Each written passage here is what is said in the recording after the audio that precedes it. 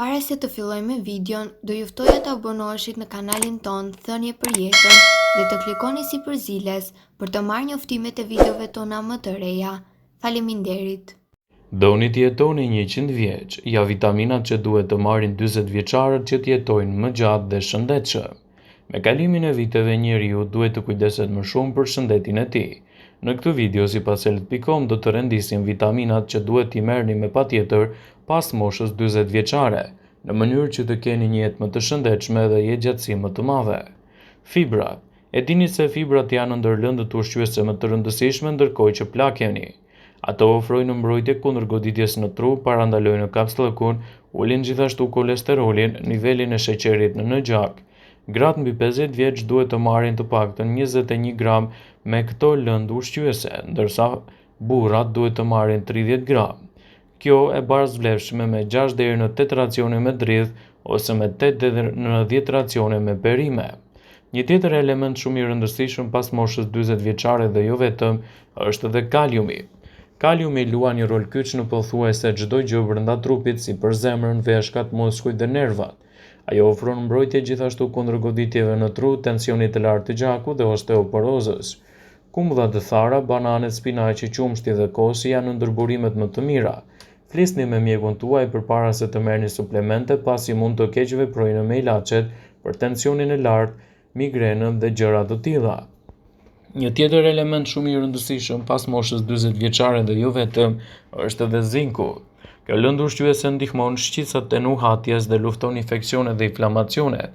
Zinku mbron gjithashtu shikimin.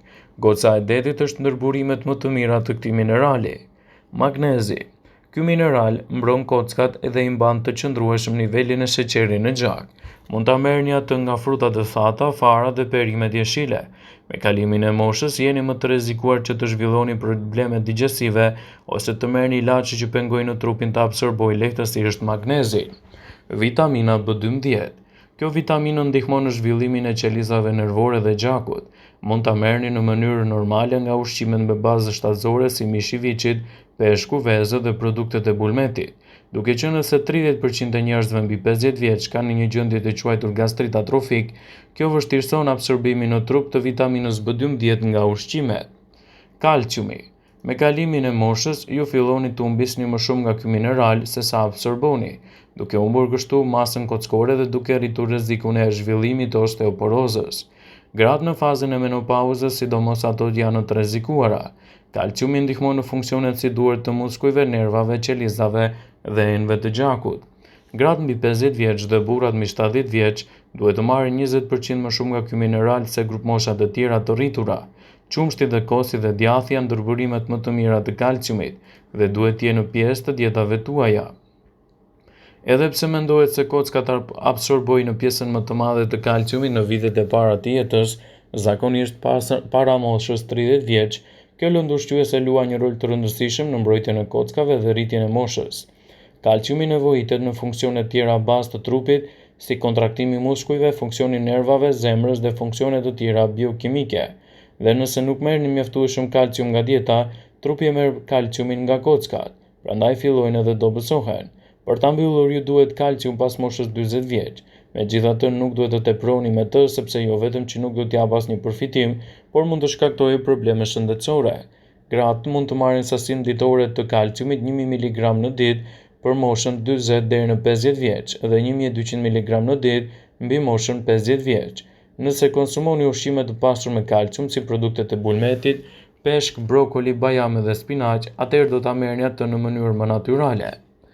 Vitamina B12. Sapo të mbushni 40 vjeç dhe patjetër pas të 50-tave, vitamina B12 duhet të jetë primare. Është shumë e rëndësishme për qarkullimin e gjakut në funksionin e trurit.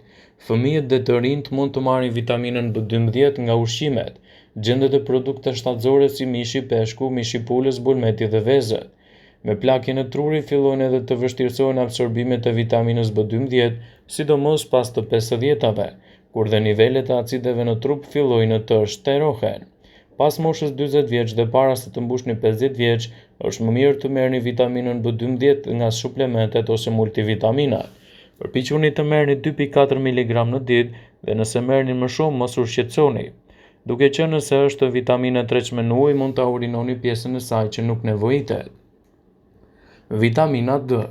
Vitamina D është shumë e rëndësishme sidomos pas moshës 40 vjeç, pasi parandalon problemet që lidhen me moshën. Mungesa e vitaminës D lidhet me diabetin, sëmundjet e zemrës, sklerozën e shumëfisht, problemet e gjirit, ato dozorës së trashë edhe problemet që rriten me moshën. Vitamina D është gjithashtu shumë e rëndësishme për absorbimin e kalciumit në trup. Disa nga burimet ushqimore të vitaminës D janë peshku, bulmeti, drithrat, megjithatë është e vështirë absorbimi i vitaminës D që merret nga ushqimi. Dielli është burimi më i mirë i kësaj vitamine. Në dimër bëhet shumë e vështirë marrja e vitaminës D.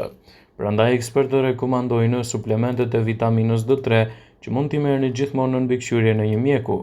Është e rëndësishme që nëse keni mungesa të theksuara të kësaj vitamine, të konsultohuni me mjekun përkatës, për të evituar kështu edhe komplikacionet që mund të keni në shëndetin tuaj.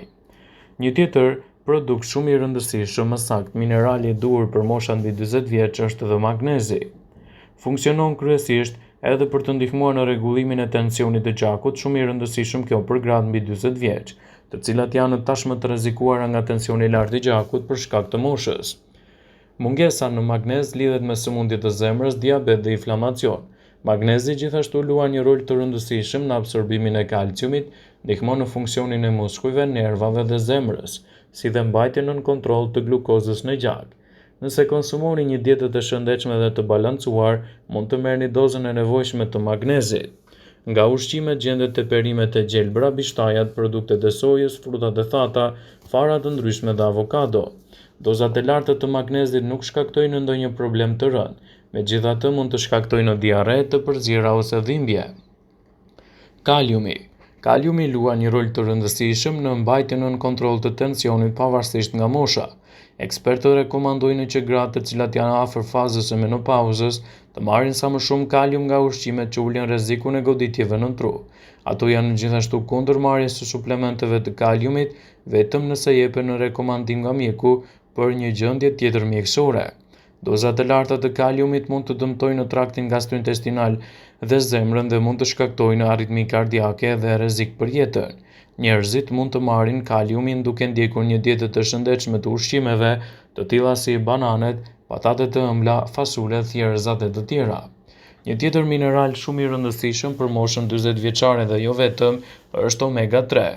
Teknikisht ato nuk janë vitamina, megjithatë acidet yndyrore omega 3 e meritojnë një vend në listë për shkak të përfitimeve të tyre të shumta shëndetësore, sidomos nëse ndihmojnë për të përballuar ndryshime negative që vijnë me moshën, si rritje e rrezikut të sëmundjeve në zemër dhe rënje e aftësive njohëse. Studimet kanë treguar se acidet yndyrore omega 3 ndihmojnë gjithashtu në uljen e niveleve të tensionit të gjakut dhe kolesterolit të keq. Ulin edhe rrezikun e sëmundjeve të zemrës, luhatjen e niveleve të rëndësishme dhe forcimin tuaj të kujtesës, dhe mund të jenë një zgjidhje mjaft e mirë e dietave tuaja të përgjithshme. Një studim i fundit madje ka zbuluar se njerëzit me nivele të larta të acideve yndyrore omega 3 në gjak performojnë më mirë në testet e memorjes dhe të menduarit abstrakt krahasuar me individët që i kanë këto nivele tepër të ulta. Edhe pse mund të merrni acide yndyrore omega 3 nga ushqimet si peshku, bajamet, farat e linit dhe perimet e gjelbra, suplementet gjithashtu janë një mënyrë shumë e mirë për të siguruar që po merrni mjaftueshëm nga këto lëndë ushqyese. Merrni rreth 500 mg në ditë gjithmonë në mbikëqyrjen e një eksperti. Dhe nëse vuani nga një sëmundje e zemrës, nga 2000 deri në 4000 mg nëse keni nivele të larta të triglicerideve. Dhe sigurohuni që të pyesni mjekun tuaj rreth dozës së saktë që po merrni nëse merrni hollues gjaku, pasi mund të ketë efekte anësore të rënda. Edhe probiotikët janë shumë të vlefshëm për moshat mbi 40 vjeç, pasi mund të ndikojnë gjithashtu në rritjen e vlerave të trupit dhe parandalimin e komplikacioneve të tij. Ndaj për çdo ndryshim që bëni, informoni mjekun për të marrë më shumë përfitime dhe për të evituar dëmet. Vëmendje. Ju bëjmë me dije se informacionet në këtë video kanë për qëllim që të plotësojnë, të mos zëvendësojnë këshillat e mjekut tuaj ose ofruesit të kujdesit tuaj shëndetësor, dhe nuk kanë për qëllim që të mundësojnë të gjitha përdorimet e mundshme, masat paraprake, ndërveprimet ose dhe efektet e tyre negative në shëndetin tuaj. Pasi ta dëgjonit këtë video, do ju ftoja t'i bënit like. dhe ta shpërndanit atë në profilin tuaj në mënyrë që të informohen edhe miqtë tu.